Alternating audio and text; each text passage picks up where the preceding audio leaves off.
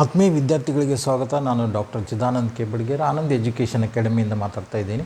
ನಾವು 8ನೇ ತರಗತಿ 9ನೇ ತರಗತಿ ಮತ್ತು 10ನೇ ತರಗತಿ ವಿದ್ಯಾರ್ಥಿಗಳಿಗೆ ಕನ್ನಡದಿಂದ ಸುಲಭವಾಗಿ ಇಂಗ್ಲೀಷ್ ವ್ಯಾಕರಣವನ್ನು ಕಲಿಯೋದ್ರ ಬಗ್ಗೆ ವಿಡಿಯೋಗಳನ್ನು ಮಾಡ್ತಾಯಿದ್ದೀವಿ. ಹಿಂದಿನ ವಿಡಿಯೋದೊಳಗೆ ಕೈಂಡ್ಸ್ ಆಫ್ ಅಡ್ವರ್ಬ್ಸ್ ನೋಡ್ತಾ ಇದ್ದೀವಿ. ಅದರೊಳಗೆ ಅಡ್ವರ್ಬ್ ಆಫ್ ಮ್ಯಾನರ್ ನೋಡಿದ್ದೀವಿ. ಈಗ ನೆಕ್ಸ್ಟ್ ಬಂದು ಅಡ್ವರ್ಬ್ ಆಫ್ ಟೈಮ್.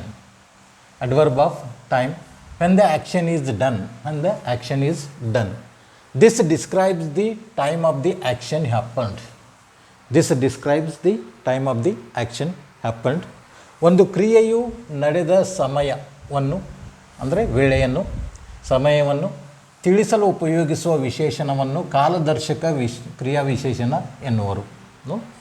ಒಂದು ಕ್ರಿಯೆಯು ನಡೆದ ಸಮಯ, ವೇಳೆಯನ್ನು ತಿಳಿಸಲು ಉಪಯೋಗಿಸುವಂಥ ವಿಶೇಷಣವನ್ನು ನಾವೇನಂತೀವಿ? ಕಾಲದರ್ಶಕ ಕ್ರಿಯಾ ವಿಶೇಷಣ ಅಂತ ಕರಿತೀವಿ. ಈಗ for example, many visitors come to Mysore in the morning, many visitors comes to Mysore in the evening, many visitors come to Mysore in the afternoon, many visitors come to Mysore at 6 o'clock, many visitors come to Mysore at 4 PM, many visitors come to Mysore every day, many visitors come to Mysore always.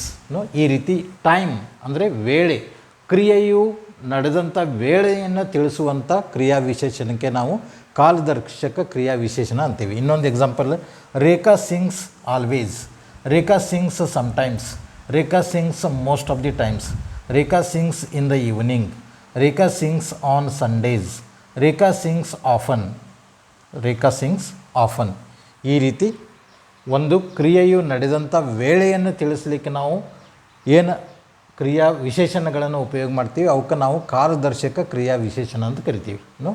ಈ ಒಂದು video ನಿಮಗೆ ಅರ್ಥ ಆಗಿದೆ ಅಂತ ತಿಳ್ಕೊಂಡಿದ್ದೀನಿ. Like ಮಾಡಿರಿ, share ಮಾಡಿರಿ, subscribe ಮಾಡಿರಿ ಅಂತ ಹೇಳ್ತಾ ಈ ಒಂದು ವಿಡಿಯೋ ಮುಗಿಸ್ತಾ ಇದ್ದೀನಿ. ಧನ್ಯವಾದಗಳು.